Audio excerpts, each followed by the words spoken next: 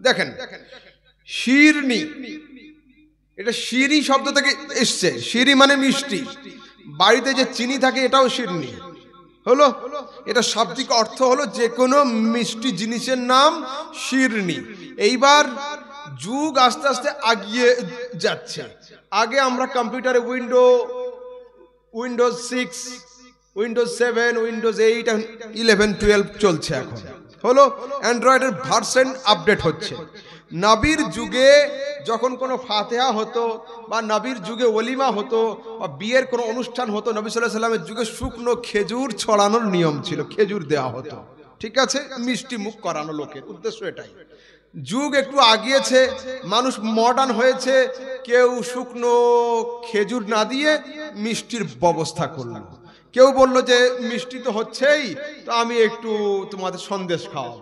কেউ বললো আচ্ছা সন্দেশ ছেড়ে দাও, মিষ্টি ছেড়ে দাও, খেজুর ছেড়ে দাও, বাতাসা ছেড়ে দাও, আমি বাড়িতে নিজে হাতে একটু পায়েস তৈরি করে খাওয়াবো।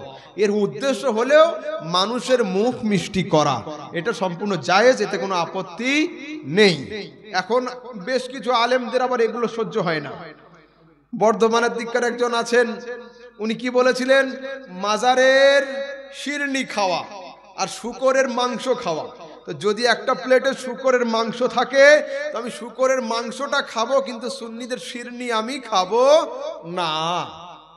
দেখুন হোটেলে গিয়ে সবাই তো বিরিয়ানি অর্ডার করে না, কেউ চাউমিনেও কাজ চালায়, কেউ তান্নুর রুটি, কেউ অন্য কিছু, কেউ অন্য কিছু।